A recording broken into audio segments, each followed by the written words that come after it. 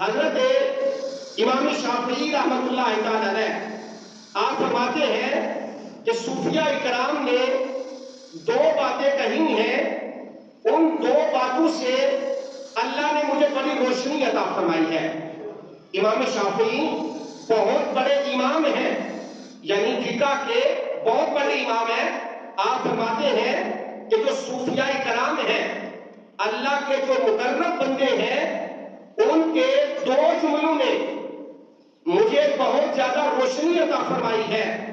پوچھا گیا کہ صوفیاء جب گفتگو کرتے ہیں تو ان کی گفتگو مشاہدے پر مشتمل ہوتی ہے، اور جو عالم کہتا ہے وہ سن کر کہتا ہے، یعنی عالم جو ہوتا ہے وہ بات پڑھ کر یا سن کر کرتا ہے، جو اللہ کے خاص بندے ہوتے ہیں وہ دیکھ کر جو ہے مشاہدے کی بات کرتے ہیں۔ اور فرمایا اللہ والے جو کہتے ہیں وہ دیکھ کر کہتے ہیں۔ میرے بھائیوں، امام احمد بن حنبل رحمۃ اللہ تعالی علیہ آپ بہت بڑے عالم ہونے کے باوجود حضرت بشر حافی رحمۃ اللہ تعالی علیہ کے پیچھے پیچھے بھاگا کرتے تھے۔ کسی نے پوچھا حضرت آپ کو بہت بڑے عالم ہیں، اللہ نے آپ کو علم بھی عطا فرمایا ہے، آپ مسند حدیث پر بھی بیٹھتے ہیں، لیکن آپ ایک دیوانے کے پیچھے پیچھے بھاگتے ہیں، کیا وجہ ہے؟ تو آپ نے بڑی خوبصورت بات ارشاد فرمائی۔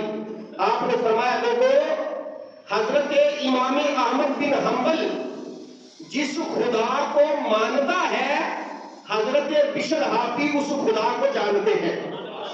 یعنی میں جس خدا کو مانتا ہوں، بشر حافی اگرچہ ایک فقیر ہے، ایک اللہ کا بندہ ہے، تم سمجھتے ہو کہ یہ ایک فقیر ہے، میں سمجھتا ہوں کہ میں جس خدا کو مانتا ہوں، بشر حافی اس خدا کو جانتا ہے۔